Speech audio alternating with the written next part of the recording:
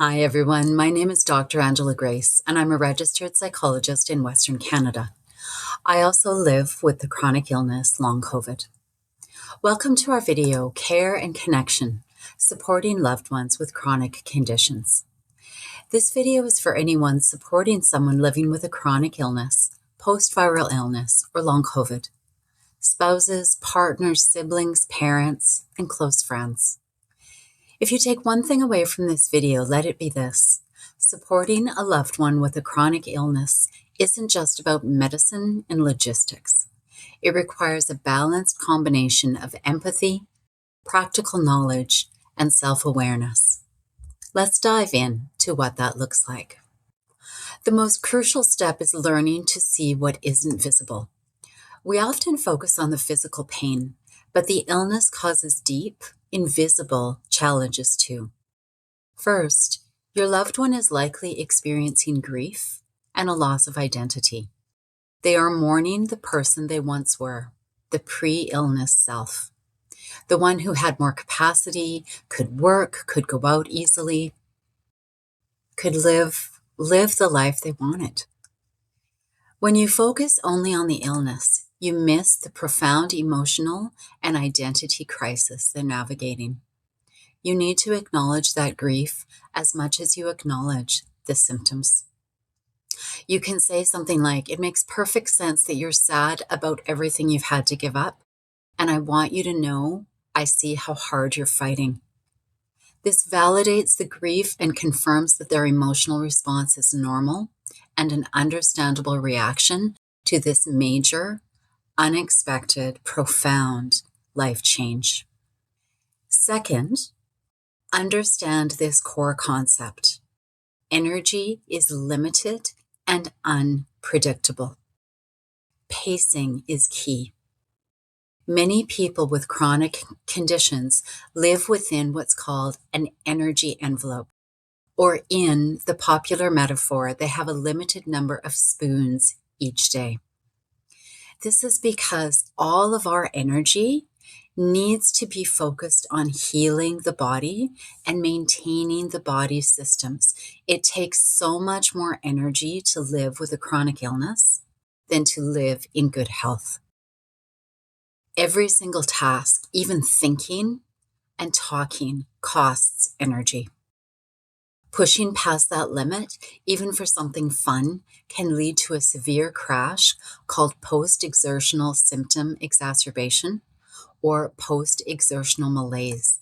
And this makes us so much sicker. So your goal here is to learn about pacing and supporting them in prioritizing essential activities over optional ones. Please watch our video, Pace Yourself, Managing Energy in Chronic Illness, to learn more about this topic. Third, chronic illness, especially hidden illnesses, are inconsistent. People can look great one day and be completely debilitated the next. Please avoid judging them or expecting consistency. Phrases like, "but you looked fine yesterday," are incredibly invalidating. You need to accept the current reality of what their body can do. Instead, saying something that acknowledges the relentless, non-stop nature of their struggle proves you are seeing the whole picture, not just the symptoms of the moment. You can say something like, "I know this is happening to you every single day, and I can only imagine how exhausting that must be." This validates the invisible nature of chronic illness and the sheer stamina it takes to manage a health crisis that never truly ends. Finally, and this is crucial, believe them.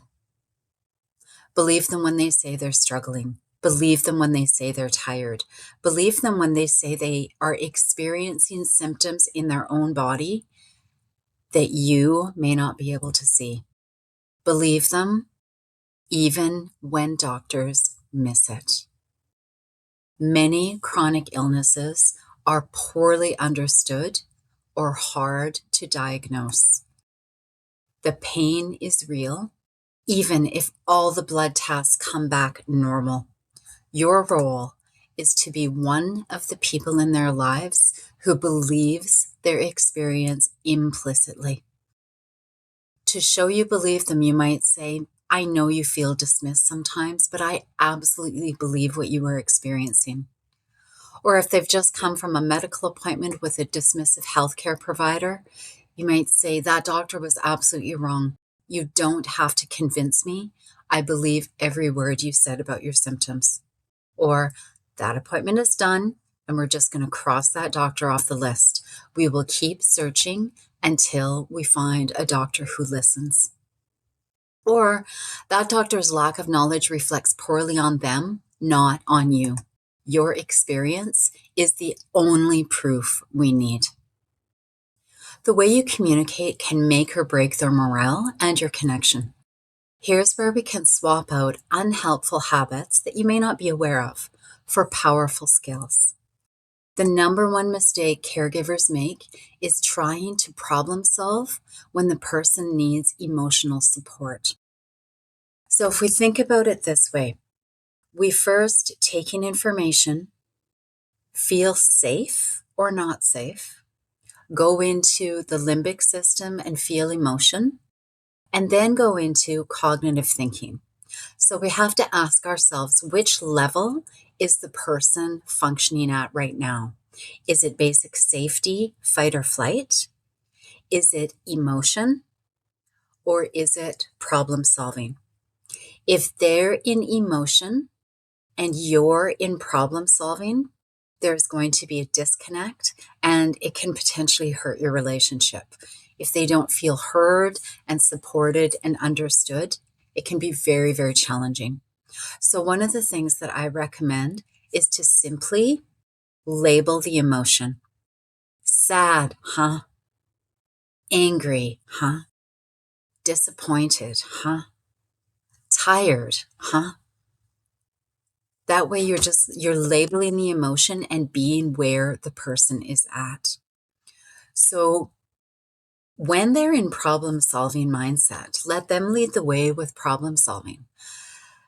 One of the worst things for people with chronic illness, and you need to know this, is we are literally trying everything. So to have someone else say, have you tried? Or offering unsolicited cures, it makes them feel like a project you need to fix. And if you don't have the expertise in that area, it can be really easily dismissed. There is no quick fix for chronic illness. So instead, we need to validate what they are feeling. That sounds incredibly painful. I'm so sorry that you're going through this.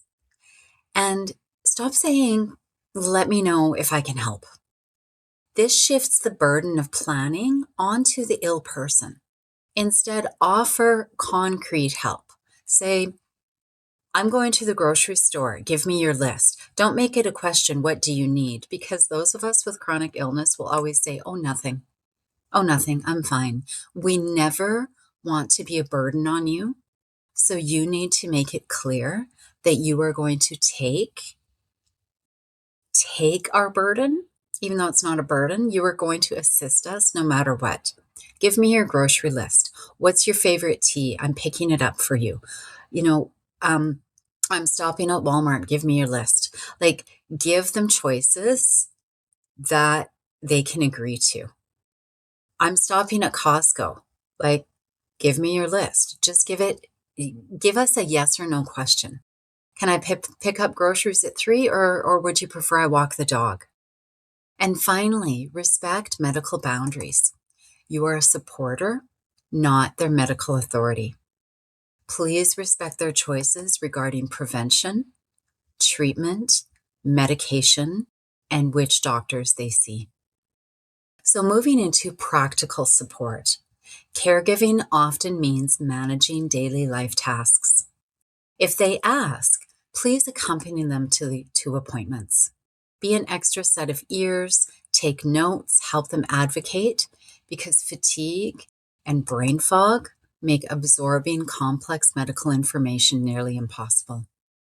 You can also help organize information. Assist them in keeping a detailed log of symptoms, medications, side effects, and triggers. This organized data is absolutely essential for effective medical care. Lastly, try to maintain normalcy where possible. While life has changed, try to include them in discussions or in activities in an accessible way. Think shorter visits, virtual meetings, moving a social gathering to their home, knowing that they may need to use an Irish exit. Just simply leave a situation when they're tired, no questions asked. You may also need to recognize that they may bail at the last minute due to energy, due to pacing, due to managing their symptoms. You know, some of my best friends, we have the agreement that any of us can bail at any time, no questions asked.